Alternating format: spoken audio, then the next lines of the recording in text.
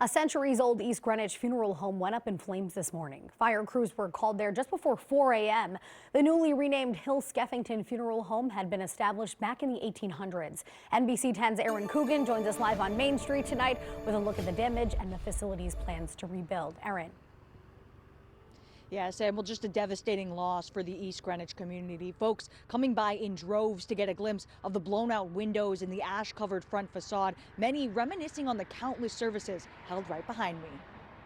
There's so much more than a funeral home. They truly become your family when you're in that time of need. An early morning fire call to the Hill Funeral Home in East Greenwich. The alarm came in at about 2 minutes to 4 this morning. We had fire showing out of the what we call the Delta side of the building, which is the south side, Leaving the nearly 200-year-old facility in ruins. It's kind of devastating to see what happened. A lot of history.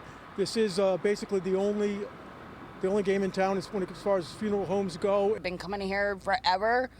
They took care of us when my dad died. It's truly devastating. Early risers sharing these pictures and videos of cascading orange flames spilling from the facility's windows and shooting out of the roof. It's heartbreaking, devastating. I mean, I can't even believe it. No civilians were present or hurt, but one firefighter did suffer minor injuries. Frigid temperatures complicated the firefighting effort even further. when it gets cold like this, things freeze up. It did happen to both ladder pipes that were here on scene.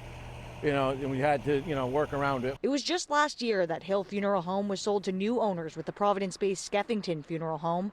Owner John Skeffington tells NBC 10 he estimates the process of rebuilding and repairing the East Greenwich facility will take at least 6 to 10 months.